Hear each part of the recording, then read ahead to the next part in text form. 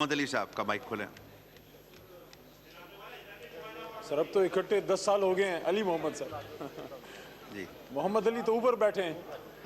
علی محمد ادھر کھڑا ہے. علی محمد صاحب, بہت آنریبل علی شکریہ محمد ڈپٹی صاحب. اسپیکر صاحب, آپ کا شکریہ. میں 2 منٹ سے زیادہ نہیں لوں گا.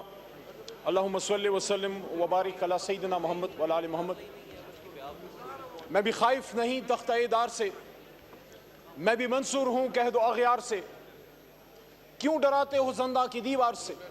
ظلم کی بات کو, جہل کی رات کو میں نہیں مانتا. جناب ڈپٹی اسپیکر صاحب, کل اس ملک کے سابق وزیر اعظم کی سیل کی تصاویر چلائی گئی, یہ ثابت کرنے کے لیے کہ شاید عمران خان صاحب کو بڑی کوئی فیسلٹیز ملی ہیں. میں آج صرف عمران خان کی نہیں, میں یہ تمام سیاسی لیڈرشپ کا ایک مقدمہ آپ کے سامنے رکھنا چاہتا ہوں.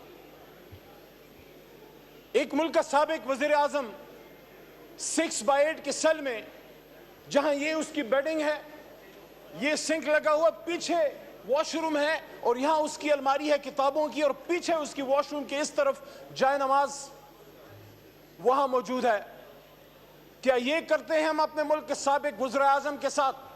ایک سابق وزیر اعظم ایک شخصیت نہیں ہوتی. جناب ڈپٹی اسپیکر صاحب, ابھی تھوڑی دیر پہلے محترم بلاول صاحب یہاں تشریف فرما تھے, اور مجھے ان کو دیکھ کے جب میں نے پوائنٹ آف آرڈر سوچ رہا تھا, مجھے وہ ماضی یاد آیا کہ کس طرح وہ اپنی ماں, شہید ماں کی گود میں جیل کے باہر اڈیالہ شاہد تھی, وہاں بیٹھا ہوتا تھا. اور اسی طرح ہمارے پختونخوا کے باچا خان یا ولی خان جیل میں پڑے ہوتے تھے. اور اسی طرح میرے اپنے علاقے کے مولانا عزیر گل صاحب, جن کو اسیر مالٹا کہتے ہیں, آج سے 80 سال پہلے بھی یہ کہانی تھی, 100 سال پہلے بھی یہ کہانی تھی. کل بھی نواز شریف کو ہتھ کنڈیاں ڈال کے جہاز میں لے جایا مشرف نے, اور آج عمران خان کے ساتھ یہ ہو رہا ہے. اور کل نصرت بھٹو صاحبہ اپنے ہسبینڈ اور پھر اپنی بیٹی کے لیے در در ٹھوکریں کھا رہی تھی, اور آج عمران خان صاحب کی سسٹرز علیمہ صاحبہ اور ان کی باقی بہنیں ایک عدالت سے دوسری عدالت, دوسری عدالت سے تیسری عدالت, اور ان کی باپردہ خاتون کو جس طرح ٹارچر کیا گیا ہے, ان کو ذہنی ازید. جناب ڈپٹی اسپیکر صاحب, میرا سوال اس ایوان کے سامنے ہے. آج پھر ہماری باری ہے, کل خدا نہ خواستہ پھر آپ کی باری ہوگی. جن کی وجہ سے یہ سارا کچھ ہو رہا ہے, ان کی باری کب آئے گی؟ میرا یہاں پہ سمپل سا سوال یہ ہے کہ آؤ یہاں پہ بیٹھ کے سوچو کہ یہ جو 25 کروڑ کے لیڈرز کے ساتھ یہ ہو رہا ہے, یہ دنیا نے کل دیکھا ہے کہ پاکستان کے سابق وزیر اعظم کو ایک ڈیتھ سیل کے ٹریپ میں بند کر کے یہ عمران خان کی تضحیک نہیں کی جا رہی. جناب ڈپٹی اسپیکر صاحب, یہ تضحیک اس ایوان کی ہے, یہ تضحیک تمام سیاسی جماعتوں کی ہے, یہ تضحیک 25 کروڑ کی ہے. ٹھیک, آپ کا پوائنٹ آ گیا, پوائنٹ ریکارڈ پہ آ گیا. شکریہ شکریہ شکریہ. جی جناب مبارک زیب صاحب, اس کے بعد کل شہباز شریف صاحب اپنی تقریر میں پاکستان کی معاشی مشکلات کے بارے میں بات کر رہا تھا, اور جہاں صحیح باتیں کی گئی, ایک تو ایسے باتیں ہیں جس پہ میں اضافہ کرنا چاہوں گا کہ جو پاکستان کی معاشی مشکلات ہے ان کے بارے میں جو بات کیا جاتا ہے, 2 ایسے پہلو ہیں کہ اگر ہم ان کو ایڈریس کریں تو وہ فسکل شارٹ فال جو ہے ہم کافی حد تک ایک فسکل سپیس بنا سکتے ہیں. ایک بات کیا جا رہا تھا کہ این ایف سی ایوارڈ کے بعد صوبوں کو اپنا پیسے ملنے کے بعد وفاقی حکومت تو قرض پہ چلتا.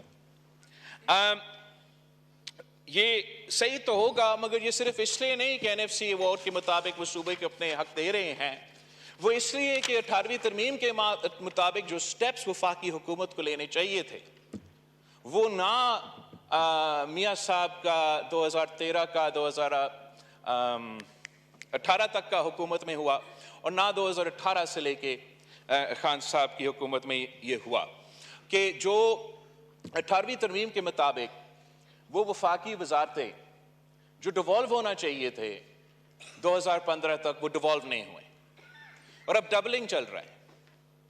یا وفاق میں وہ وزارتیں ہیں, اور ہونا تو وہ صوبائی حکومت میں ہونے چاہیے. وہ وفاق میں جو بیوروکریٹس بیٹھتے ہیں, ود آل ڈیو ریسپیکٹ, وہ ہمیں بھی کہتے ہیں, وہ ان کو بھی کہتے ہیں. انہوں نے خان صاحب کو بھی یہ بتایا تھا کہ ہم تو دیوالیہ ہو چکے ہیں صوبے کی وجہ سے، انہوں نے تو سارا پیسہ لے لیا ہے۔ حقیقت یہ ہے جناب اسپیکر کہ 18 وزارتیں ایسے ہیں جن کو ڈسوالو ہونا چاہیے تھے 2015 میں۔ ان کا سالانہ خرچہ آپ کو پتا کتنا ہے؟ سالانہ 328 بلین روپیز۔ اگر یہ 2015 میں ڈیوالو ہوتے، جو آئی تھنک 800 بلین کا آپ ذکر کر رہے تھے کل وزیر اعظم صاحب پی آئی اے کے حوالے سے نا، تو اگر 2015 میں ہم یہ ڈیوالو کر لیتے تو وہ ایشو اسی پیسہ کے ساتھ ہم حل کر سکتے تھے۔ آج بھی آپ کا حکومت بننے جا رہا ہے، اس حکومت میں پاکستان پیپلز پارٹی کے وزراء نہیں ہوں گے۔ اگر ہم ہوتے تو 9-10 وزارتیں تو ہم لے لیتے، تو میں آپ آ جائے تو ہم بھی آ جائیں گے بھائی۔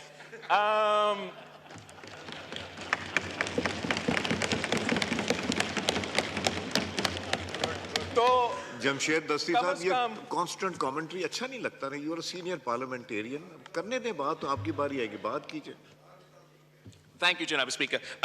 تو ہمیں جب بھی میں یہ ایشو اٹھاتا تھا الیکشن کیمپین کے دوران، تو مجھے کہا جاتا تھا کہ آپ تو کولیشن گورنمنٹ بنائیں گے، آپ کو تو آپ یہ کیسے قدم اٹھائیں گے؟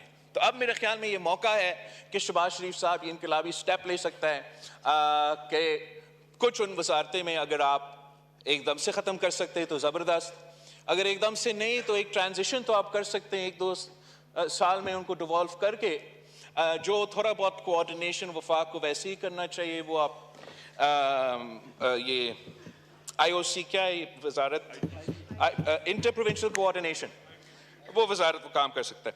دوسرا جو میں بہت خوش ہوں شہباز شریف صاحب نے جب کل کہا کہ جو سبسڈیز فرٹیلائزر کمپنیز کو دیے جاتے ہیں وہ ہم ڈائریکٹلی کسانوں کو دیں گے، یہ ہمارا 10 نکاتی ایجنڈا میں موجود تھا، اس اسٹیپ کو ہم ویلکم کرتے ہیں۔ مگر جناب اسپیکر، یہ فرٹیلائزر کمپنیز کو، یہ بجلی گھروں کو اور بیسکلی امیروں کو ہم سبسڈائز کرتے ہیں، وفاقی حکومت سبسڈائز کرتے ہیں، اور اگر آپ اس کو ٹیلی کرتے ہیں تو سالانہ 1500 ارب ہمارا ایلیٹ سبسڈی اس ملک ہے جناب اسپیکر۔ تو یہ فرٹیلائزر سبسڈی جو سیدھا کمپنیز کو جاتے ہیں وہ ہم بند کر لے، باقی پورا نہیں تو آدھا آپ بند کر لے۔ We can't afford to be a social welfare state for the rich جناب اسپیکر۔ آپ یہ 2 کام، وزارتیں بند، سبسڈیز بند کر دیتے ہو، تو جو ہم اب معاشی بحران کا مقابلہ کرنا جا رہے ہیں، امید یہ ہے کہ آپ کے پاس پھر وہ سپیس ہوگا کہ وہ جو ریلیف، چاہے ہمیں یا آپ یا ان کو جو ووٹ ملے، وہ ریلیف کا جو مطالبہ پاکستان کے عوام کر رہے ہیں، امید ہے کہ آپ کے پاس اتنا گنجائش ہوگا کہ آپ کو پھر ریلیف، جیسے اپنے کسانوں کے لیے اعلان کیا، اسی طریقے سے اگر ہم بجلی میں وہ ٹرانسلیشن کرے جس پہ شہباز شریف صاحب اور میں جب ساتھ کیبنٹ میں تھے، وزیر اعظم تھا، تو جیسے ہم بات کرتے تھے کہ ہمیں صوبے کو یہ سپیس دینے چاہیے، سپورٹ دینے چاہیے کہ وہ سولر انرجی کی طرف جائے۔ اب اس تمام ہیلتھ کی بات ہوئی، تعلیم پہ آپ نے بات کی، آپ کے پاس وہ فسکل سپیس اگر ہوگا تو پھر آپ صوبائی حکومتوں کو ان